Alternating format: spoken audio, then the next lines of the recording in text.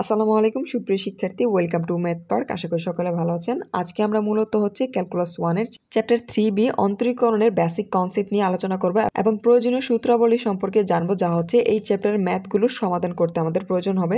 তো প্রথম ক্ষেত্রে অন্তরজ নির্ণয়ের যে প্রয়োজনীয় সূত্রবলী, তো প্রথম হচ্ছে d/dx x এর পাওয়ার n। এই সূত্র সমান আমরা জানি এখানে যে x থাকবে, এই x এর পাওয়ার যা থাকবে এই পাওয়ার সামনে চলে আসবে। এখানে রয়েছে n সামনে এবং এখানে রয়েছে x, আমরা দিয়ে দিলাম।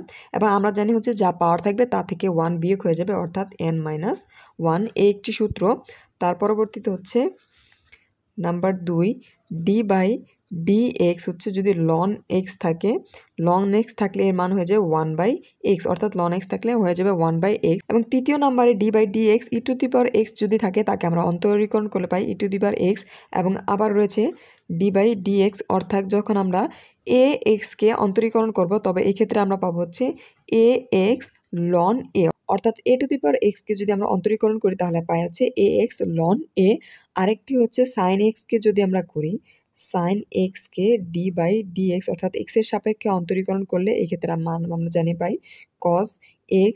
আবার যদি cos x-কে আমরা অন্তরীকরণ করি, অর্থাৎ cos x-কে x এর সাপেক্ষে d/dx, এটা 5, এটা 6। অন্তরীকরণ করলে cos x-কে যখন আমরা করব তখন একটি মাইনাস চলে আসবে, আমরা পাবো মাইনাস sin x। আরেকটা tan x-কে যদি আমরা অন্তরীকরণ করি, tan x x এর সাপেক্ষে d/dx, তখন আমরা পাই tan-কে করলে পাই sec স্কোয়ার x, অর্থাৎ sec স্কোয়ার x। আমরা যদি cot-কে করি d/dx, cot x, cot x-কে করলে আমরা পাবো cosec x, অর্থাৎ cosec, অর্থাৎ cot-কে যখন অন্তরীকরণ করব আমরা cosec x পেলাম। তার পরবর্তীতে sec x রয়েছে, sec x, একে আমরা অন্তরীকরণ করলে এর মান পাবো sec x, আর আরেকটা চলে আসবে tan x, x এর সাপেক্ষে অন্তরীকরণ হবে। এবং আরেকটি গুরুত্বপূর্ণ সূত্র cosec x d/dx-কে যখন আমরা cosec x-কে dx এর সাপেক্ষে অন্তরীকরণ করব, সেই ক্ষেত্রে মান পাবো মাইনাস cos x, আরেকটা আসবে cot x। এবং আরেকটি গুরুত্বপূর্ণ সূত্র আপনাদের জন্য এই অধ্যায়ে যা ম্যাথ করতে আমাদের অনেক প্রয়োজন হবে, x এর সাপেক্ষে যখন আমরা u-v-কে অন্তরীকরণ করব, তখন আমরা প্রথম ক্ষেত্রে u-কে স্থির রাখবো, তখন b-কে যখন অন্তরীকরণ করব, b-কে অন্তরীকরণ করা হয় dv/dx, প্লাস আবার আমরা দ্বিতীয়বার b-কে স্থির রাখবো, তাহলে b-কে স্থির রেখে আমরা যখন u-কে অন্তরীকরণ করব তাহলে হবে du/dx।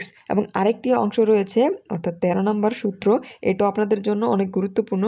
অর্থাৎ x এর সাপেক্ষে যখন আমরা u/v-কে অন্তরীকরণ করব, সেই ক্ষেত্রে আমরা এইভাবে পাবো, অর্থাৎ যখন ভাগ আকারে থাকবে তখন এইখানে যে আমরা প্রথম অংশে এই v-কে স্থির রাখবো, v-কে স্থির রেখে u-কে করলে du/dx মাইনাস হবে, আমরা u-কে আবার স্থির রাখবো, u-কে স্থির রেখে যখন b-কে করবো dv/dx, এবং নিচে হয়ে যাবে v স্কোয়ার। অর্থাৎ এইখানে যখন আমরা ইনটু ছিল, অর্থাৎ গুণ আকারে ছিল, তখন প্লাস, আমরা u-কে প্রথম স্থির রেখেছিলাম, এখন যখন ভাগ আকারে করবো আমরা v-কে প্রথম স্থির রাখবো।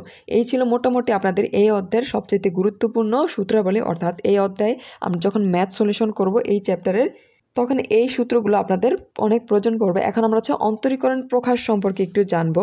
অন্তরীকরণ প্রকাশ আমরা যখন ফাংশনকে অন্তরীকরণ করব, যদি x এর সাপেক্ষে করে, আমরা জানি d/dx দ্বারা প্রকাশ করা হয়। আমরা একটা ফাংশনকে যদি ধরি f(x), অর্থাৎ আমরা এই ফাংশনকে x এর সাপেক্ষে অন্তরীকরণ করলাম। এখন আমরা একটু ক্যালকুলেশনের সুবিধার্থে একটি ফাংশন ধরে নিলাম, ধরলাম y = 4x³ plus 2x² plus 5। এই একটা ফাংশন আমরা ধরে নিলাম, অর্থাৎ এই টোটাল y কিন্তু একটা ফাংশন। এখন এই যে y, এই y-কে যদি আমরা x এর সাপেক্ষে অন্তরীকরণ করি তাহলে কি পাই খেয়াল করুন, আমরা করব d, আর নিচে রয়েছে আমাদের dx, কিন্তু আমরা কাকে অন্তরীকরণ করছি y, তাহলে এখানে dy, অর্থাৎ y উপরে চলে যাবে, সমান সমান এই অংশকে যখন আমরা অন্তরীকরণ করব d/dx, এবং এই সম্পূর্ণ অংশ ফাংশন আমার কি ছিল, এই টোটাল অংশ কিন্তু আমাদের এই যে f(x) যে এরকম, এই টোটাল অংশ কিন্তু ফাংশনের x, তাহলে এখানে হয় 4x³ প্লাস 2x² প্লাস 5। এখন আমরা অন্তরীকরণের ক্ষেত্রে একটু খেয়াল করুন, আমরা এইখানে একটি সূত্র শিখেছিলাম যে x এর পাওয়ার যদি n হয় তখন পাওয়ার আমার সামনে চলে আসবে এবং পাওয়ার থেকে 1 বিয়োগ হবে। ঠিক একইভাবে এখানে পাওয়ার রয়েছে 3 কিন্তু আমার সামনে চলে আসবে 3 ইন্টু এখানে রয়েছে 4, এবং কি আমরা জানি যে যখন পাওয়ার থাকবে পাওয়ার থেকে 1 বিয়োগ হয়ে যাবে, তাহলে এখানে x এর পাওয়ার কি হবে 2 মাইনাস 1, x এর এখানে পাওয়ার হবে 3 - 1।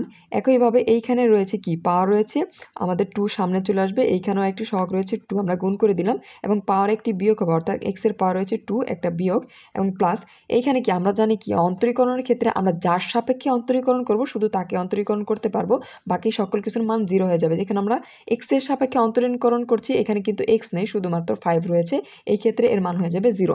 এখন যদি আমরা ক্যালকুলেশন করি এই ক্ষেত্রে খেয়াল করুন, আমরা যখন গুণ করব 3 অর্থাৎ 12, এখানে এক্স এখানে হবে স্কোয়ার প্লাস এখানে হয় 4x⁴, এই অংশটুকু আপনাদের বোঝার সুবিধার্থে আমি এই অংশটুকু একটু ভেঙে লিখেছি যাতে আপনাদের বুঝতে অসুবিধা না হয়।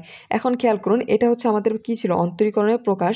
অন্তরীকরণের প্রকাশ শেষে আরেকটি গুরুত্বপূর্ণ টপিক হচ্ছে এই অধ্যায়ের অন্তরাজের চেইন সূত্র। আমরা হচ্ছে এখন অন্তরাজের চেইন সূত্র সম্পর্কে জানবো।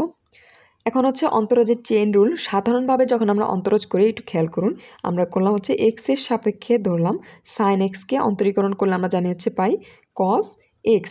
কিন্তু অন্তরাজের চেইন রুলের ক্ষেত্রে আমরা ধরেন একটি ফাংশনকে অন্তরীকরণ করলাম, যেখানে এক্সের সাপেক্ষে যদি করি ডিএক্স, এখানে ধরলাম আমরা সাইন, ধরলাম হচ্ছে সাইন 4x।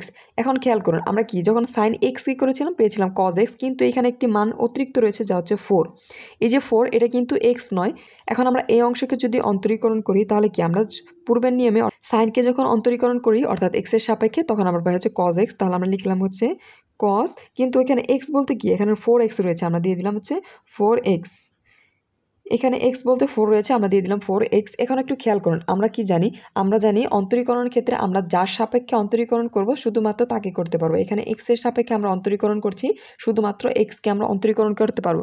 কিন্তু 4 এখানে রয়েছে কি একটি অতিরিক্ত সহগ, আমরা যেহেতু এটা কি একটু 4 কিন্তু এক্স নয়, তাহলে এ কি আমরা আবার এক্সের সাপেক্ষে অন্তরীকরণ করবো। এখানে d/dx দ্বারা হচ্ছে আবার এখানে রয়েছে কি 4x, এই 4xকে আমরা আবার অন্তরীকরণ করে দিব। যদি আবার অন্তরীকরণ করে দেই এখানে থেকে হচ্ছে আমার cos 4x, এক্সের সাপেক্ষে এক্সকে অন্তরীকরণ করলে হচ্ছে 1 এবং এখানে 4 রয়েছে হয়ে যাবে 4, অর্থাৎ এখানে পাই আমরা 4 এবং এই অংশ সমান সমান পাই আমরা হচ্ছে 4 সামনে নিয়ে আসলাম 4 cos 4x।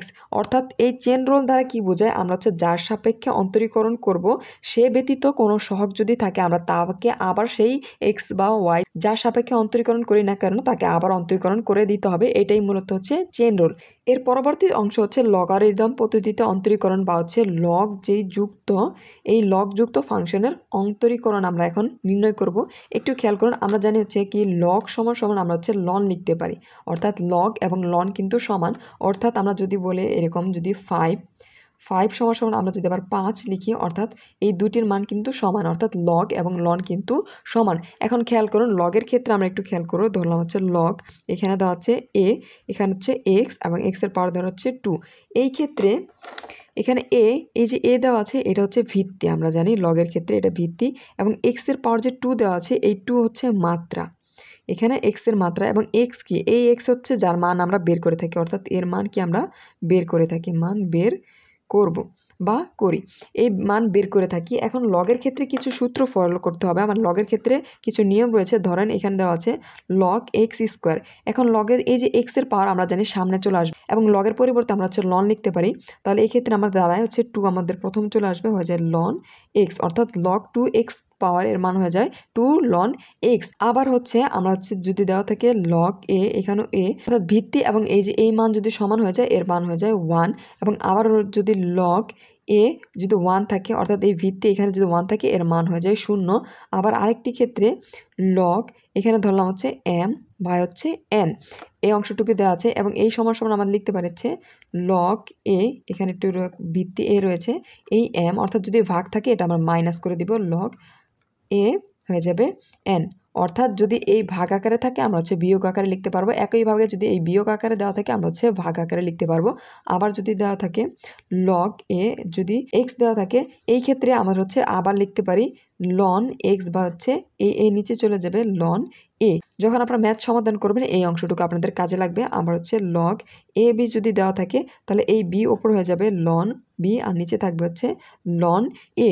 এই ছিল মোটামুটি হচ্ছে আপনাদের লগের ক্ষেত্রে কিছু সূত্র যা এই অধ্যায়ের ম্যাথ ক্যালকুলেশনের ক্ষেত্রে আপনাদের অতি প্রয়োজন হবে।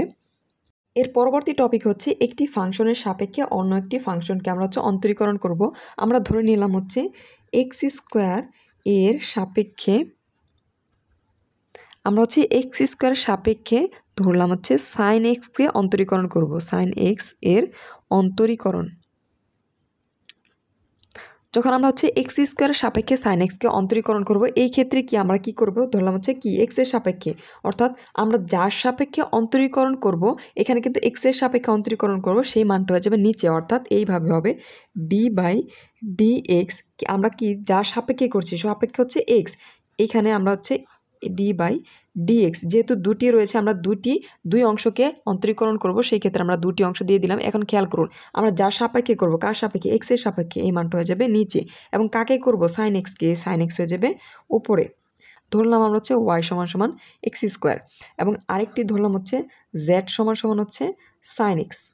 এখন এই যে আমরা ধরলাম, এখন এটাকে আমরা যদি অন্তরীকরণ করি এক্সের সাপেক্ষে, ডি ওয়াই হবে ডিএক্স, এবং এক্স স্কোয়ারকে যদি অন্তরীকরণ করি আমরা জানি হচ্ছে পাওয়ার সামনে চলে আসবে 2, এবং এখানে থাকবে হচ্ছে এক্স। এবং এই ক্ষেত্রে একটু খেয়াল করুন, এখন যদি আমরা এটাকে এক্সের সাপেক্ষে অন্তরীকরণ করি, এখানে হবে উপরে ডিজেড বা হচ্ছে ডিএক্স, এবং সাইন এক্সকে অন্তরীকরণ করলে আমরা জানি হচ্ছে পাই কজ এক্স।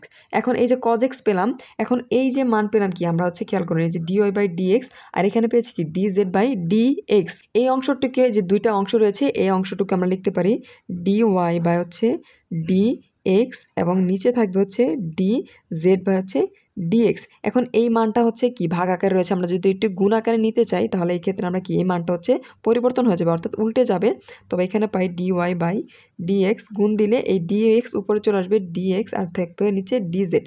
এখন এই ক্ষেত্রে আমরা dx কেটে দিতে পারি, তাহলে আমরা পাই dy/dz, অর্থাৎ আমরা কি এই যে dy, অর্থাৎ y এর মান কি ছিল, এই যে এখানে এক্স স্কোয়ার এবং dz, এই অংশকে ক্যালকুলেশন করার পর আমরা হচ্ছে dy/dz খুব সহজে লিখতে পারি। এবং একইভাবে আমরা হচ্ছে dy/dz-কে কিন্তু এই অংশে পূর্বের ন্যায় তার পরবর্তীতে হয়ে এই অংশ সমান সমান এই অংশে লিখতে পারি, অর্থাৎ এই অংশ থেকে যেভাবে আমরা এইভাবে গিয়েছি এবং পূর্বের ন্যায় ফিরে এই অংশ থেকে আসতে পারি। এইটাই ছিল হচ্ছে একটি ফাংশনের সাপেক্ষে, অর্থাৎ এই একটি ফাংশনের সাপেক্ষে অন্য একটি ফাংশনকে অন্তরীকরণ। এখন আরেকটি এই অধ্যায় থেকে টপিক রয়েছে ব্যক্ত, অব্যক্ত এবং হচ্ছে পরামেত্রিক ফাংশন। ব্যক্ত ফাংশন একটু খেয়াল করুন, আমরা y সমান সমান ধরলাম হচ্ছে f(x). এইখানে এই যে ফাংশনটি রয়েছে, এই ফাংশনের x এর মান হচ্ছে কি এই y এর উপর নির্ভরশীল, এটা হচ্ছে ব্যক্ত ফাংশন। অর্থাৎ আমরা যে এই যে এই ফাংশনের মান থাকবে, এখানে x এর যে ভ্যালু তা হচ্ছে ডিপেন্ডস করবে y এর উপর, এটা হচ্ছে ব্যক্ত ফাংশন। এবং অব্যক্তের ক্ষেত্রে আমরা একটা ফাংশন ধরলাম f(x) আর হচ্ছে y সমান সমান আমরা ধরলাম এক্স স্কোয়ার প্লাস হচ্ছে xy প্লাস হচ্ছে ধরলাম 4।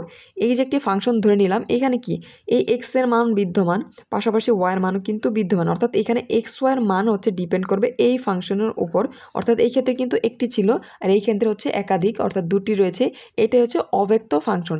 এবং পরামেত্রিক ফাংশন হচ্ছে এক্স সমান সমান হচ্ছে সাইন টি, এই টাইপ যে ফাংশন দেওয়া থাকবে, অর্থাৎ মান দেওয়া থাকবে, এটা পরামেত্রিক ফাংশন। এইটাই ছিল হচ্ছে এই চ্যাপ্টারের বেসিক কিছু কনসেপ্ট, যা হচ্ছে আপনাদের আগামীতে যখন আমরা ম্যাথ সলিউশন করব তখন সেই ক্ষেত্রে কাজে লাগতে পারে। এই প্রতিটি অধ্যায়ের বেসিক কনসেপ্ট সম্পর্কে কিন্তু অবশ্যই জানা উচিত, কারণ যদি বেসিক কনসেপ্ট আপনাদের ক্লিয়ার না থাকে তাহলে ম্যাথ বুঝতে কিন্তু অনেক সমস্যা হয়ে থাকে। তো এই অধ্যায়ের অন্তরীকরণের যে বেসিক কনসেপ্ট ছিল, আশা করি সকলে বুঝতে পেরেছেন। যদি কোনো অংশে বুঝতে সমস্যা অবশ্যই কমেন্ট সেকশনে জানাবেন এবং ম্যাথ পার্কের সাথে থাকবেন। ধন্যবাদ।